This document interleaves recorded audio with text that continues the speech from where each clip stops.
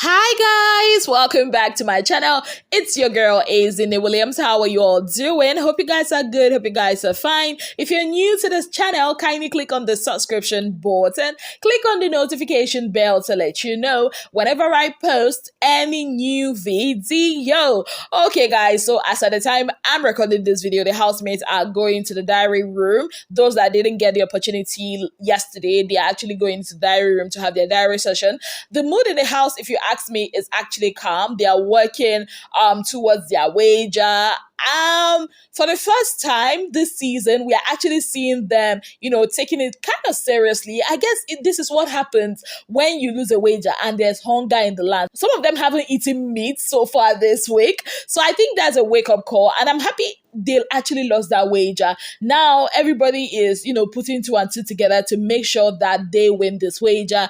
And the head of house, Mercy AK, I feel like she kind of like delegated the duty of the HOH to Fraud, because we could see that so many times, she's not in the scene and Fraud is the one taking charge. Even Alex is complaining. She actually complained to Seyi that, Fraud has been too hard on her and she's creative, and Seyi has related that to Big Brother also in his diary session. So Fraud is really being the leader here, if you ask me.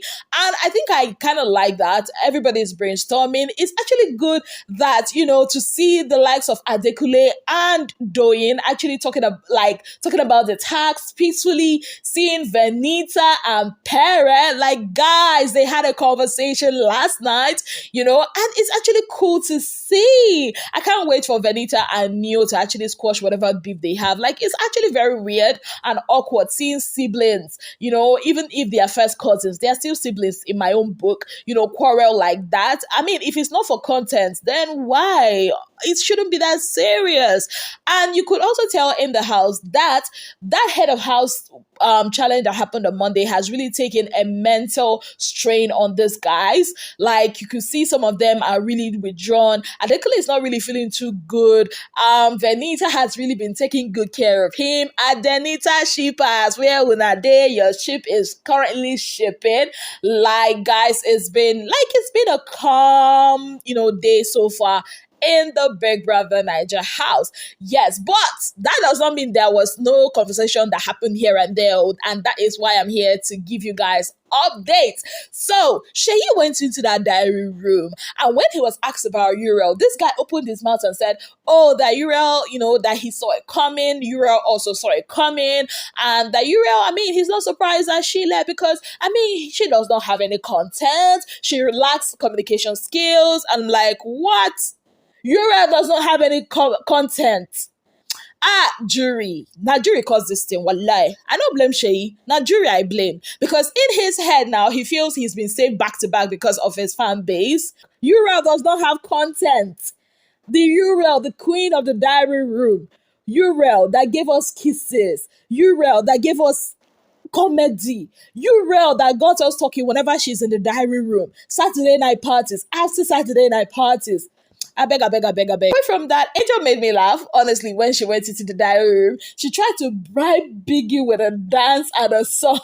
Because she wanted Biggie to allow her wear her glasses, which we all know is not possible because the reflections will be in the camera, and we will actually start seeing, the lights and everything that is in front of them. So I think Big Brother doesn't want that. That's why he prohibits them from wearing their glasses in the diary room. Anyways, Angel gave Big Brother a rundown of things that has been happening in the house since the head of house or since the eviction on Sunday. But one thing stood out to me, and that is Doyin somewhat betrayal of Ilebaye, as the housemates have made it seem.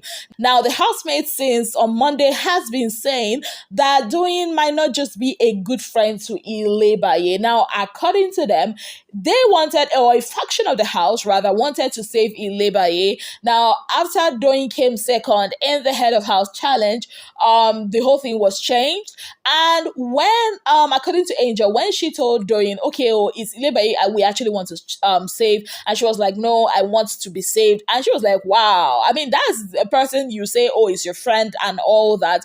And Angel, not just Angel now, Angel, Summer, Fraud, they're of the opinion that Doyin might not just be a good friend to Ilebaye, because according to them, she betrayed Ilebaye. Now, this is what I think.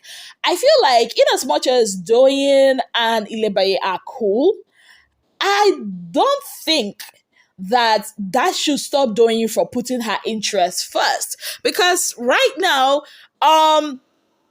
it's a game. Not everybody is like Venita that wants to put Adekule first over herself. But at the end of the day, do I blame Doyin for this instance? In this instance, no, I don't. I believe every man for himself.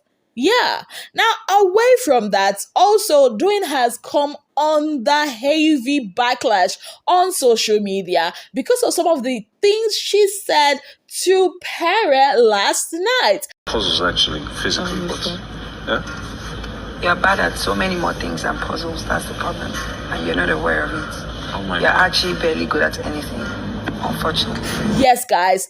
So she said things along the lines of, oh, that Pera is not smart, that he is not even smart, that he's not good at a lot of things. Because I think Pera was like, oh, he's not good at puzzles and physical stuff. And she was like, no, you are not good at anything and all that. Even Angel and Ilebaye were shocked because they were there. You know, at some point, Angel was like, is this a friendly banter or what? What exactly is going on here? So now people are like, she says all these things to people. I mean, this is not the first time she's saying it. Sometimes she tells people, shut the F up. Sometimes, I think there was a time she called, she said that Pera is ugly, that he's a chimpanzee or something like that.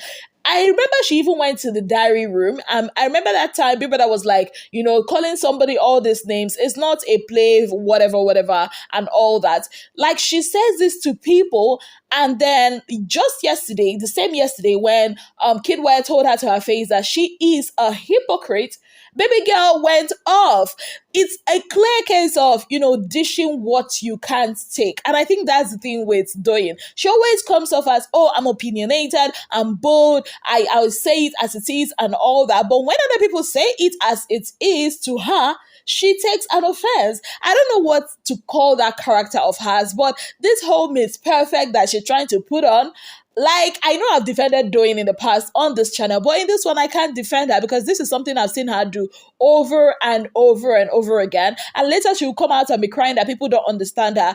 How do you expect me to understand you when you throw insults at me almost at every time and then you call it playing?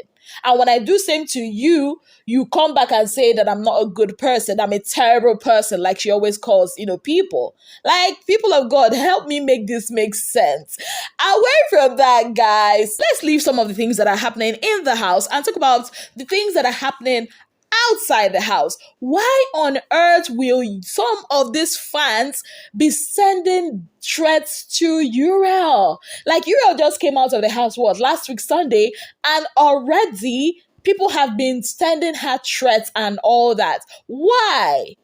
She put this out on her Instagram story. Apparently, people have been threatening her because she said her truth about some certain housemates. Now, the ones I know she talked about has got to be, I think, Lakon. She said she doesn't know the people that actually voted her out of the house, but she regrets voting, you know, or campaigning for Lakon to win his season. And another person I know she actually talked about is White Money. She actually said in one of her interviews that White Money wanted to date her outside of the house before they got into the Big Brother house. He took her out on a date, yes, guys, and then she was like, you know what, this isn't working for me. I don't, you know, he doesn't fit the kind of guy she wants to date. She feels like the guy she should date or she wants to date has got to be taller than her, and she like darker guys. So she felt like White Money took that to heart and kind of like started bearing grudges in the house. This is what she thinks. So yes, in the house, and she feels like that is why White Money behaved a certain way to her in the house. And I'm thinking, is this enough for anyone to, want to threaten her? Well, in the Big Brother Niger streets, anything is possible. People can, decide to defend their faves, threatening another housemate just because of some minute silly thing. For me, I'm not a fan of this. I told you guys, this season should just be about vibes and fun. Honestly, hearing things like this just puts me off. Like, many people don't understand that this is entertainment. This is what it's supposed to be about. Anyways, I know, Sha, that Big Brother Niger fans will never beat the whole accusation of being toxic. They thrive in toxic environment. So yeah, there we have it. What are your thoughts on all of this? Let me know in the comment section. On that note, guys, I'd like to say a very big thank you to you all for being part of my channel. If you have not yet subscribed, kindly click on the subscription button, click on the notification bell to let you know whenever I post any new video. Until I come your way again, I remain your darling girl, N1NG.